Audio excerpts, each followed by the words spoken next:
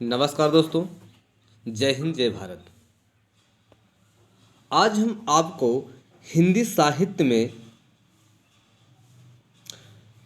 आचार्य रामचंद्र शुक्ल के अनुसार जो उनका हिंदी साहित्य का इतिहास है, आचार्य रामचंद्र शुक्ल जी का जो हिंदी साहित्य का इतिहास है, उन्होंने इतिहास को लिखने के लिए इतिहास को हिंदी साहित्य को के इतिहास को लिखने के लिए उन्होंने चार भागों में विभक्त किया है। तो चार भागों में उन्होंने उनका जो भाग बनाया है, चार भाग, उनका क्या नाम दिया है ये आप देखते हैं। और उनमें सर्वप्रथम उन्होंने सिद्धों को जो परिचय दिया है वो आपको बताएंगे कि कौन कौन सिद्ध हैं, कितने सिद्धों के नाम हैं। तो सबसे पहले आपको हम बता रहे हैं, आचार्य रामचंद्र शुक्ल ने हिंदी साहित्य को इतिहास को लिखने के लिए उन्होंने हिंदी साहित्य को चार भागों में बांटा है। उनके चार भागों में जो बांटा है उनके नाम क्या है। सबसे पहले देखते हैं कि आदिकाल जो है कितने भागों में, चार में कौन कौन है। आदिकाल, पूर्व मध्यकाल, तीसरा है उत्तर मध्यकाल और चौथा है आधुनिक काल।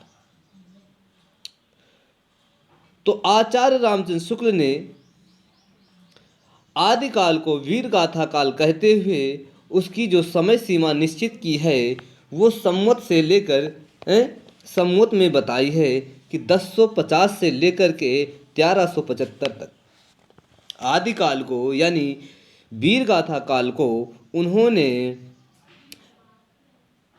1050 से लेकर के 1375 तक का समय बताया है, यानी संवत 1050 से 1375 तक। इसके बाद पूर्व मध्यकाल, उन्होंने पूर्व मध्यकाल को भक्ति काल की संज्ञा दी है। भक्ति काल को स्वर्ण युग भी कहा जाता है।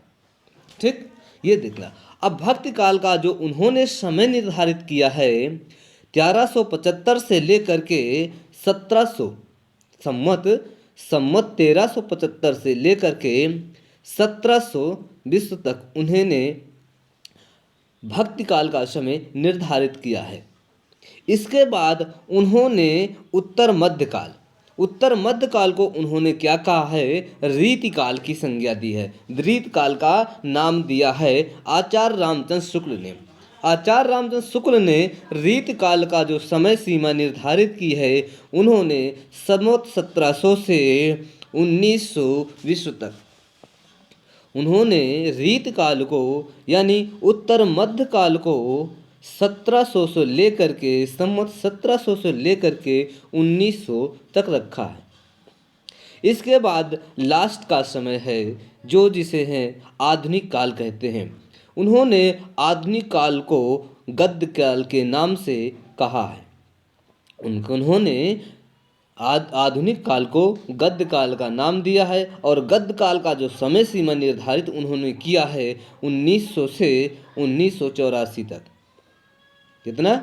1900 से 1984 तक। लेकिन कहा जाए तो ये जो चल रहा है आज का समय ये आधुनिक काल ही है। लेकिन 1900 से संवत 1900 से आज तक का जो समय चल रहा है ये आधुनिक काल के नाम पर ही जाएगा। ठीक, अब आप देखते हैं इन्होंने सबसे पहले हिंदी साहित्य के इतिहास में सिद्धों की चर्चा की है। ठीक, अब सिद्धों में अब कितने सिद्ध हैं कहते हैं, नहीं हैं 9 नाथ। कितने हैं? नाथों की संख्या इन्होंने 9 बताई है और सिद्धों की संख्या 84 बताई है। तो अब देखते हैं कि 84 जो सिद्ध हैं, हम 84 सिद्धियों के नाम लिखा रहे हैं। आप कॉपी पेन लेकर बैठें और लिख लीजिए कि 84 सिद्ध हैं कौन कौन से हैं, इन 84 सिद्धियों का नाम क्या है। तो दोस्तों लिख लीजिए। सबसे पहले मैं बता रहा हूँ, गिना रहा हूँ आपको, आप लिखते जाइए। 84 सिद्ध हैं। ये आपको बहुत ज़रूरी है कि अगर यदि आपको याद हो जाएं और लिख लेंगे तो अवश्य है, वीडियो को अच्छे से सुनेंगे, देखेंगे तो मेरा ये वादा है कि आप कभी भूलेंगे नहीं, अच्छे से याद भी हो जाएगा। क्योंकि सुनने से और लिखने से, जितना सुनेंगे उसी के हिसाब से लिखेंगे, लिखने के बाद हम पढ़ेंगे तो समझो 3 बार, पहले सुनना, फिर लिखना, बोल कर लिखेंगे, इसके बाद उसको दोबारा दोहराना।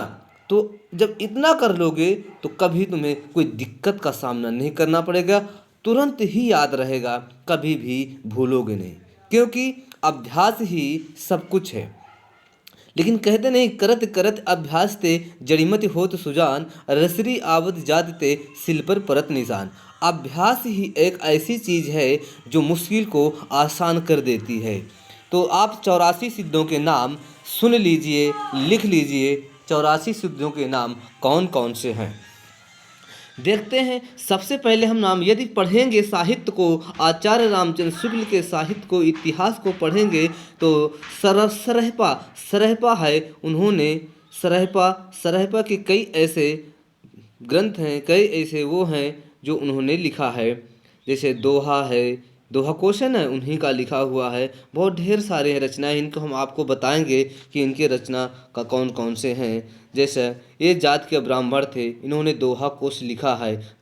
ब्राह्मण थे, इन्हों राहुल शंकरत्यान के अनुसार इन्हों ब्राह्मण दर्शाया गया है। इनका जो समय सीमा है, सरहपा का जो समय सीमा है, राहुल शंकरत्यान ने 769 ईस्वी के आसपास इनको माना है। और इनकी जो रचनाएं बताई हैं, उन्होंने 32 ग्रंथ बताए हैं आचार्य रामचंद्र शुक्ल के अनुसार, जो उनकी पुस्तक साहित्य में मिलेगा।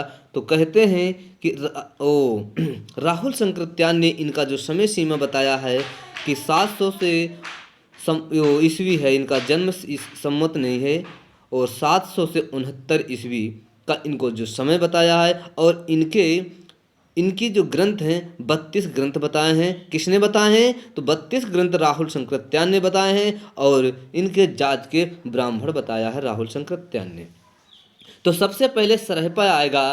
तो 84 सिद्धों की जो 84 सिद्ध हैं, पूरे तो नहीं आएंगे, लेकिन कुछ ऐसे सिद्धों के रचना है उनको बताएंगे। और वो जो कुछ लिखे साहित्य में जो लिखा है, उनके जो ग्रंथ हैं उनको बताएंगे। जैसे कि आप देखते हैं, सरहपा है, सबरपा है, डोम्भिपा है, इसी तरह के कुछ ऐसे हैं, लुइपा, कनपा, ऐसे कुछ ग्रंथ जो लिखा है, उन्हीं को साहित्य में पढ़ेंगे। तो हम 84 सिद्धों के नाम गिनाते हैं, आप तुरंत लिख लीजिए, कॉपी पेन लेकर बैठें। बार बार हम यही कहते हैं कि जितना पढ़ोगे, सुनोगे, लिखोगे, उतना ही तुम्हें याद रहेगा। तो सबसे पहले लिखते हैं सरहपा। पहला नाम सरहपा है, दूसरा है लुइपा, तीसरा क्या है, लीलापा, फिर विरूपा, डोम्भिपा, सबरीपा, कंकालिपा,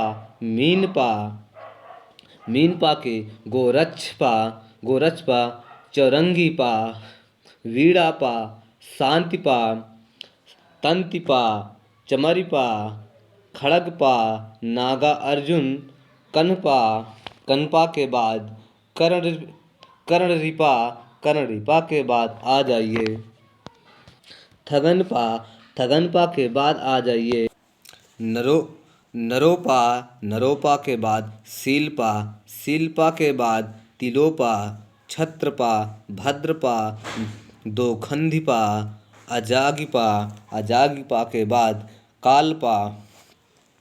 कालपा के बाद आ जाइए महीपा, फिर धोभिपा, कंकड़िपा, कमरिपा, डेगिपा, भदेपा, तंधेपा, कुक्करिपा, कुचपा, धर्मपा, अचिंतिपा के बाद आ जाइए भल्लहपा, नलिनीपा, भुसुकुपा, इंद्रभूति, मेकोपा। इसके बाद आ जाइए कुठालिपा, कामरिपा, जालंधरपा, राहुलपा, फिर आ जाए धबरिपा के बाद आप जाइए धोकरिपा, मेदिनीपा, पंकजपा, पंकजपा के बाद आ जाइए घंटापा, घंटाका के बाद जोगीपा, चेलुकपा, गुंडरिपा, निर्गुणपा, जनांतता, धर्मटीपा, चंक चम चंपकपा, चंपकपा के बाद भिखनपा, भिखनपा के बाद भलिपा, भलिपा के बाद कुकरिपा, चबरिपा, मणिभद्रपा, ये योगनी है। मध्यभरिपा जो है ये योगनी है, मध्यभरिपा योगनी है। फिर कलख कलखलापा, कलखलापा, कलखलापा जो है ये भी क्या है, योगनी है। फिर कलकल्पा, कलकल्पा के बाद कंतालीपा, धहुरीपा, उधरीपा, कपालपा, किलपा, सागरपा, फिर सर्वभक्षपा, सर्वभक्षपा, नागबोधिपा, नागबोधिपा के बाद दरिकपा, पुतलिपा, पनहपा, कोकलिपा, अनंगपा, लक्ष्मी करापा, लक्ष्मी करापा ये भी एक योगनी है। फिर आ जाइए समुद्रपा, समुद्रपा के बाद आ जाइए क्या है, भलिपा। ये आपके 84 सिद्ध हैं। 84 सिद्धों के नाम हमने आपको बता दिया है। तो इसके बाद ये आपको हम इनके जो 84 सिद्धों में जो कुछ रचना हैं, जो कुछ रचनाकार हैं, उनको हम बताएंगे।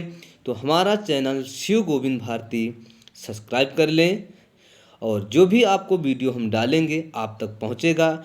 और उसको साहित्य को पढ़ने के लिए ज़रूर देखें इस वीडियो को। इसी वीडियो में हमने संस्कृत का भी कुछ ज्ञान कराते हैं। शुरू से अंत तक को वीडियो जो भी देखें शुरू से अंत तक देखें। और यहाँ तक हम कहते हैं लिखने के लिए आप कॉपी पेन जरूर लेकर बैठें। जो भी हम बोलें, लिख तो नहीं रहे हैं लेकिन जो भी बोलें उसको आप लिखते जाइए, सुनिए, समझिए और लिख पे। यदि जल्दी है तो वीडियो को रोक लीजिए, रोक करके सुनिए क्या सुना हमने, उसको रोका, इसके बाद तुरंत उसको लिख लेंगे। हमारे मुख से जो भी शब्द निकला आप उसको लिख सकते हैं। तो वीडियो को यही समाप्त करते हैं। तो अगले वीडियो में तब तक इंतज़ार करें। तब तक के लिए जय हिंद, जय भारत।